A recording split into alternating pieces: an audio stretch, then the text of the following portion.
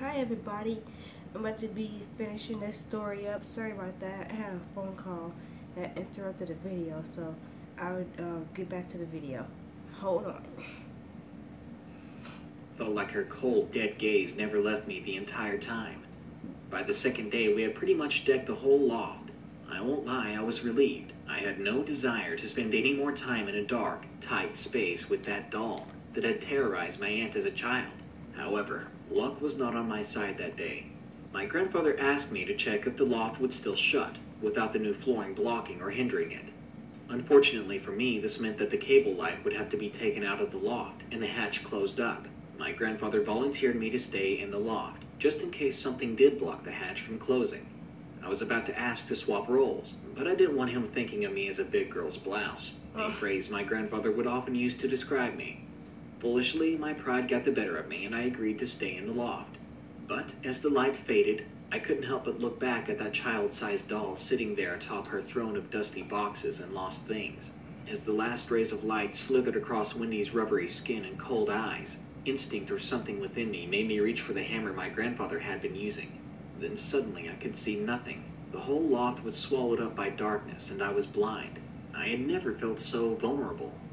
But when nothing immediately happened, I began to ridicule myself silently. But then I heard a faint rustle, like something rattling around in a box.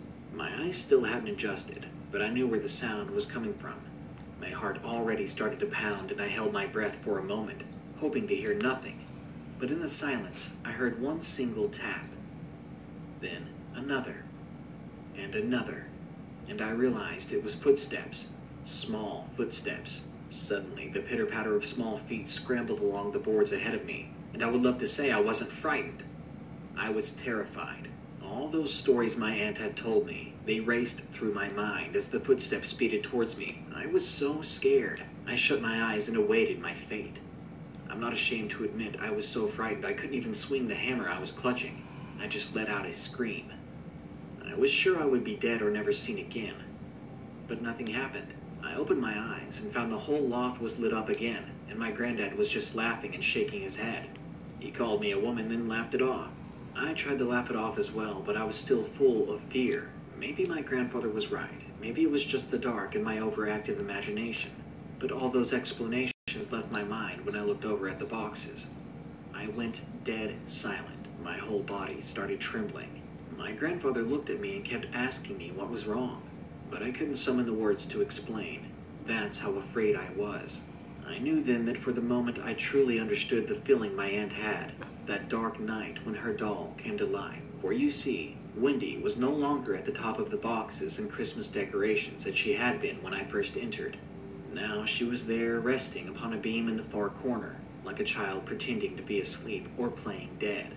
Upon her face was a frozen smile, a smile that I felt was aimed at me, a smile that said, "All those stories were true. I know you know, and no one else will ever believe you." After that, I didn't stick around.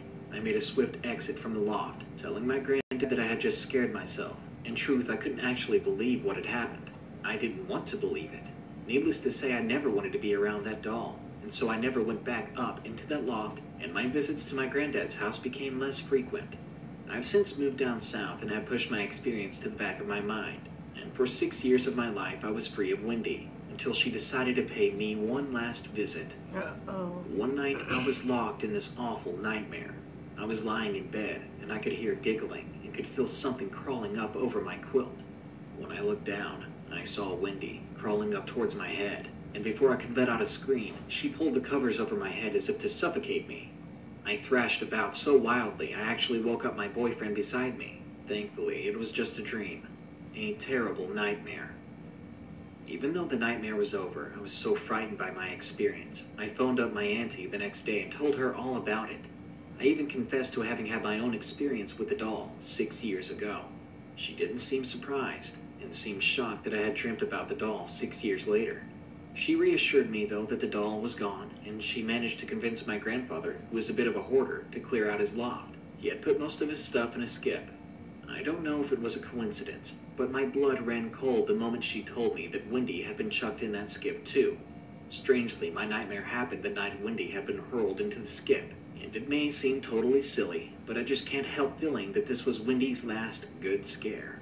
I rarely get to visit my grandfather now, due to me living so far away, but anytime I do, I get this little shiver down my spine as if Wendy, or the presence behind the doll, is letting me know she isn't completely gone. I keep thinking to myself, what if she climbed out of the skip before she was taken away and climbed back into that loft? I can't shake this feeling that she is still up there in the darkness and dust, still waiting for someone to play with her.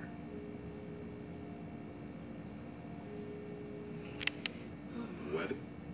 Okay, if you guys like this video, give me a thumbs up, like, subscribe, and comment down below. I was terrified. This is why I hate dolls. Period. To this day. I still don't like them. They creep me out to this day. And I especially hate clowns.